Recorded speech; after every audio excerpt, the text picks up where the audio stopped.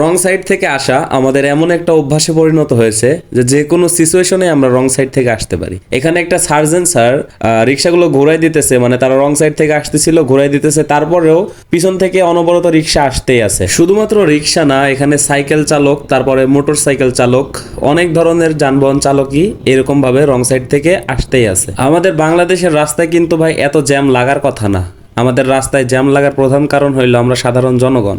এরকমভাবে wrong side থেকে আসা কিছু অটো চালক, রিক্সা চালক, আর এই যে এরকম কিছু বাইকাররা মানে এমন একটা অবস্থা করে রাখছে দেশের ভিতরে যে দেখেন তো, এসব অবৈধ চালকদের ব্যবহার দেখে মাঝে মাঝে ধৈর্য ধরে রাখা কষ্টকর হয়ে যায়। শুধুমাত্র এই রাস্তায় না, বিভিন্ন রাস্তায় বিভিন্নভাবে বিভিন্ন চালকেরা নিয়ম ভেঙে থাকে। যেমন এইখানে দেখেন, রাস্তার মাঝখানে দাঁড়িয়ে মেবি যাত্রী উঠাচ্ছে বা নামাচ্ছে। এইখানেও একজন পুলিশ স্যার সেই ড্রাইভারকে বোঝানোর চেষ্টা করছে, বাট আপনাদের কি মনে হয় উনি কি বুঝবে?